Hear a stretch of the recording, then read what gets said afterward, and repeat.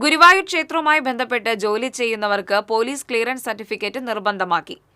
ക്ഷേത്രത്തിൽ ജോലി ചെയ്തിരുന്നയാൾ വധശ്രമ കേസിൽ ഉൾപ്പെട്ടതിനെ തുടർന്ന് സുരക്ഷാ ഏജൻസികളുടെ മുന്നറിയിപ്പിലാണ് PCC നിർബന്ധമാക്കിയത്. ഗുരുവായൂർ ദേവസ്വത്തിൽ 500ഓളം സ്ഥിര ജീവനക്കാരും 1000ഓളം താൽക്കാലിക ജീവനക്കാരും ഉണ്ട്. ഇവർക്ക് പുറമെ പാരമ്പര്യ അവകാശികളുടെ സഹായികളായി 100ഓളം പേരും ക്ഷേത്രത്തിൽ ജോലി ചെയ്യുന്നുണ്ട്. ഒരു വർഷമായി ക്ഷേത്രത്തിൽ തിരുവിശേഷം സഹായിയായിരുന്ന പർളി ജയകുമാർ എന്നയാളാണ് പത്തിരിപ്പാലയിൽ വെച്ച് പോലീസ് പിടിയിലായത്. എന്നാൽ ഇയാളെക്കുറിച്ച് ദേവസ്വത്തിന് യാതൊരു വിവരവുമില്ലായിരുന്നു. ഈ സാഹചര്യത്തിലാണ് ക്ഷേത്രവുമായി ബന്ധപ്പെട്ട് ജോലിയെടുക്കുന്ന മുഴുവൻ പേരുടെയും വിവരങ്ങൾ ദേവസ്വം ശേഖരിക്കുന്നത്.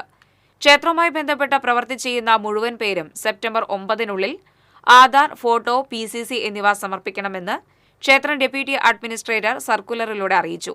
എന്നാൽ ഇതേസമയം സുരക്ഷയുടെ ഭാഗമായി ക്ഷേത്ര പരിസരത്തെ മുഴുവൻ വ്യാപാര സ്ഥാപനങ്ങളിലുള്ളവരും PCC സമർപ്പിക്കണമെന്ന് ദേവസ്വം അഡ്മിനിസ്ട്രേറ്റർ OB അരുൺകുമാർ അറിയിച്ചു.